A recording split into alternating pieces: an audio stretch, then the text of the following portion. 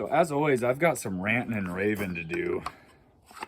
And it's not about the handle quality, because I've never had a problem with the quality of just plain old Tennessee hickory handles. Grain direction matters to me pretty good. This grain direction is, well, it's hard to see if that's the grain or the saw. Yeah, grain direction is vertical with the handle, like a baseball bat. Label up, right? So the grain direction's good.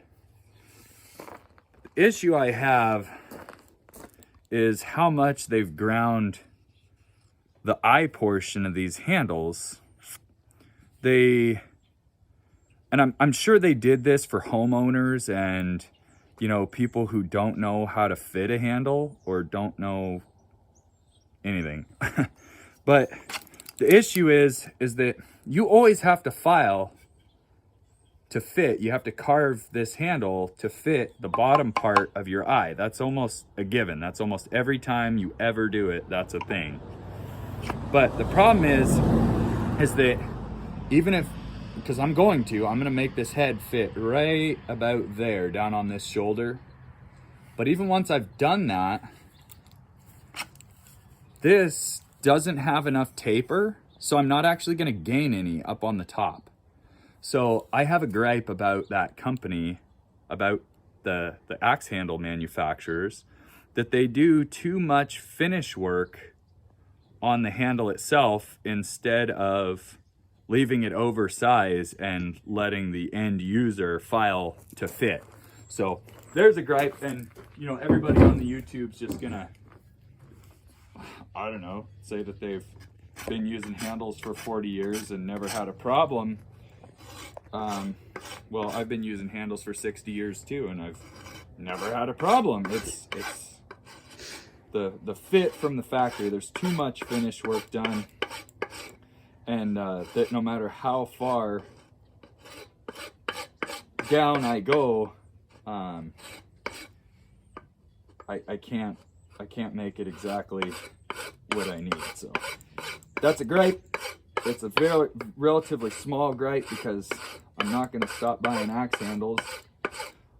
And you know, Madsen's is the company that I buy them from, and they have always had Tennessees, you know. So I'm not going to stop doing that. But if somehow this gets back to the handle manufacturer, maybe they can do something for us, you know. Because this handle that I just knocked off, I mean, that's like a 2-year handle. It really fit, but look at all the wedges that I had to have in that to take up the empty space. And I think I even lost one. So there's just too much empty space in there, and it makes it a pain in the butt. It doesn't make them last any less, or as long as you keep them tightened up when they need it, you know, they still last pretty much. They last for me until they rot right here. Like eventually, from living out in the woods, from living in the back of a pickup, they rot enough that they just kind of quit on you. But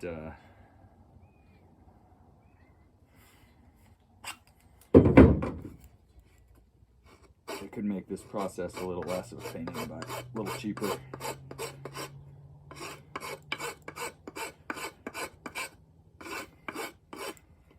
Now, the other thing is, I like to get it fit pretty good, because at the end of the day, you're never going to get it perfect up on that eye anyway. So once I've got it close, I like my back pretty square with the half, so I'm going to take a little more off the back right here, so that way this has a little more of a cant that way.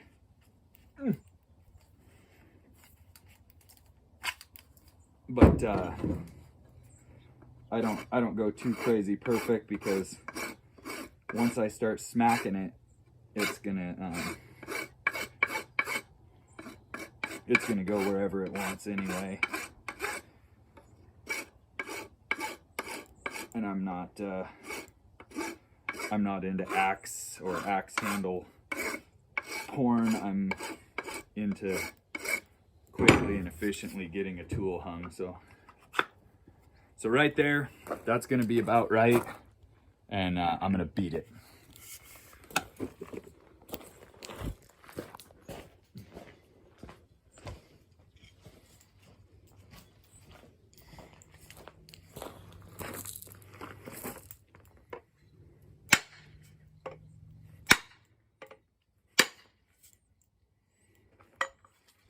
So then you end up with a little curl there. I've seen some people say that they don't like that it's bad for it or something, but I pretty much do it every time, and it gets me a nice tight fit. But as you can see, that eye that's never gonna get taken up all the way. It's just kind of a bummer. So from here, I chop off the eye, but I leave it sticking out like 1/4 of an inch. Somebody told me they call that hanging them proud, leaving it proud on the eye. I don't know really what that means, but I just leave a little bit so that way I can flare that.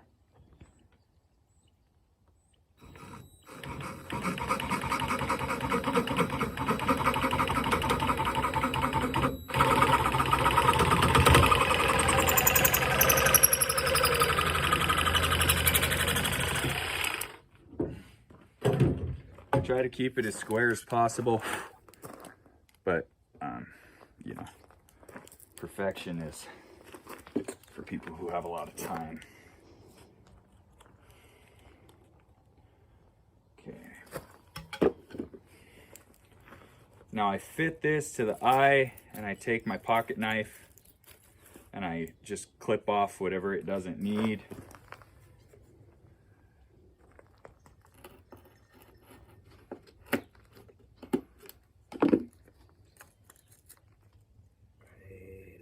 There.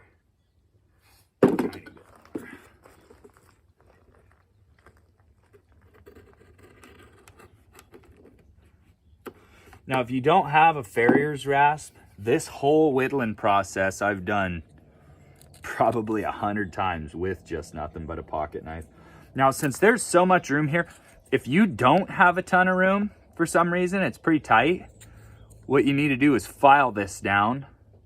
And I think what I need to do is kind of put two like a double bevel on this thing, because it's going to be a little too much down in there and then not enough up here. So I'm going to take a little off that edge, because that part is pretty important, is getting your wedge to fit pretty good.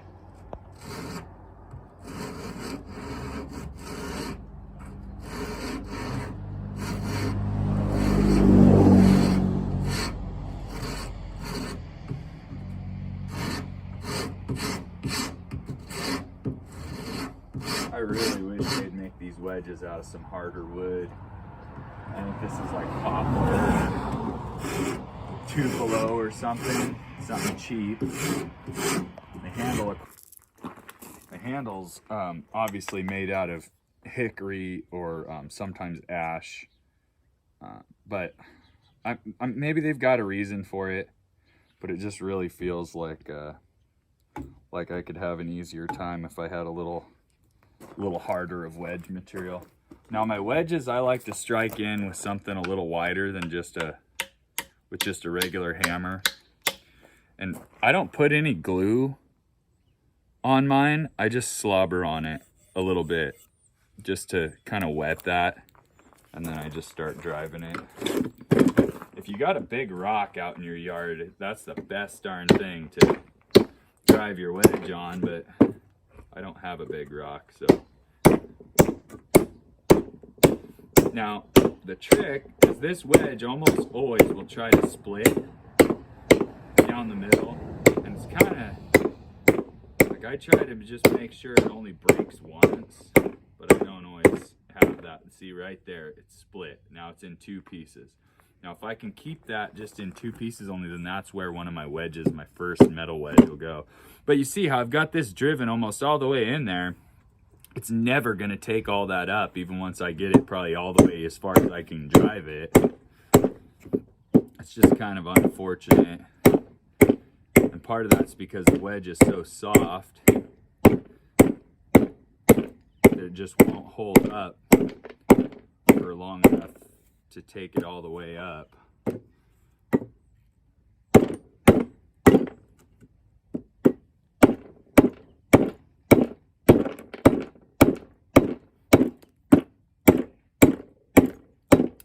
See, that's maximum. That's as much as I can get, and it's still, that's just, it frustrates me, and I gripe and gripe and gripe about it. And short of making my own wedges, which is kind of counterproductive,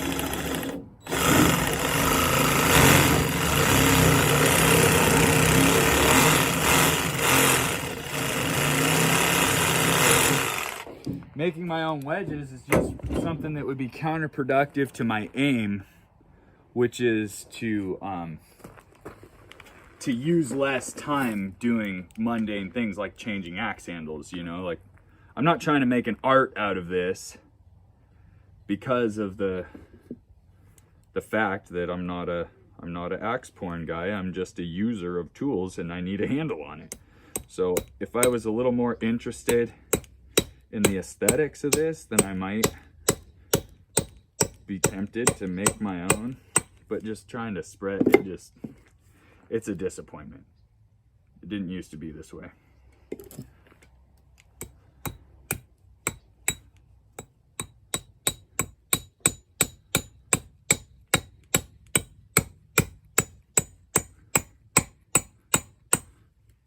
And I really like when I hang a new axe to just put like one wedge in it, and then when it loosens up to add one.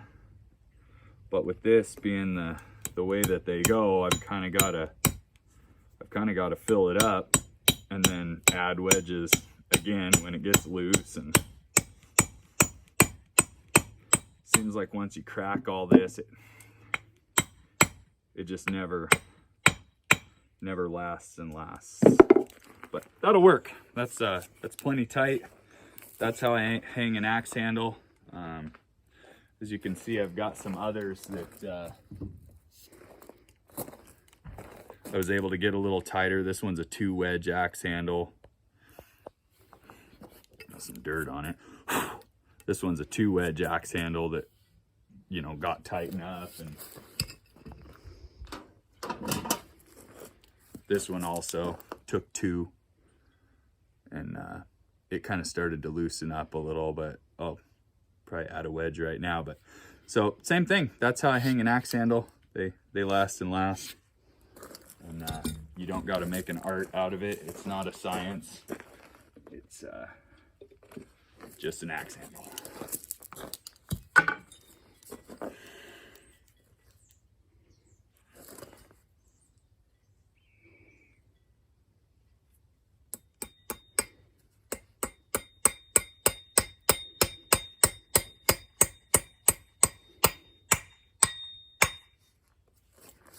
There you go.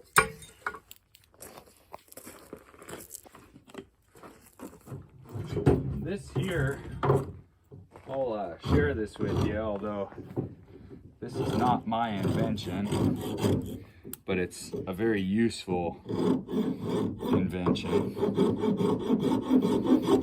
File this down a little bit because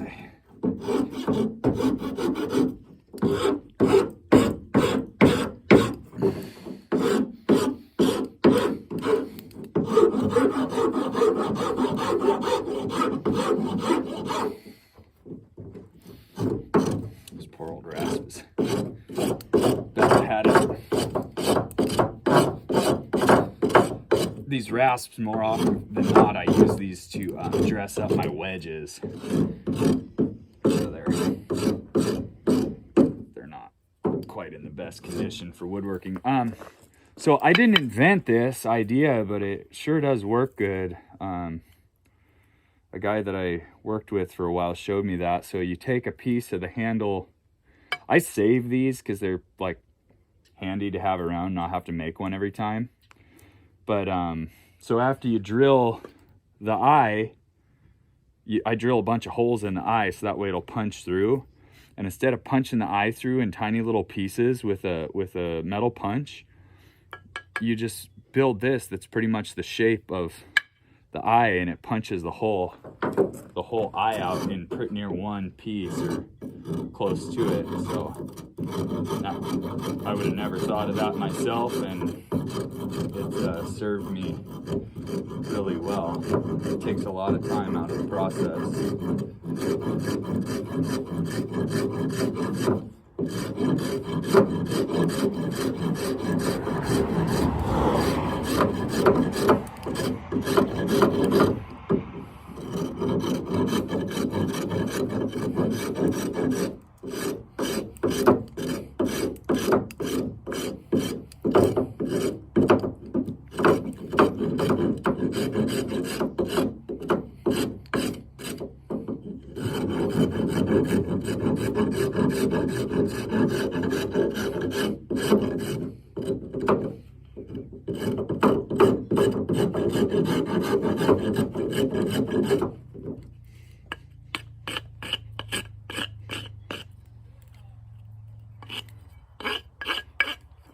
There you have it, ready for next time.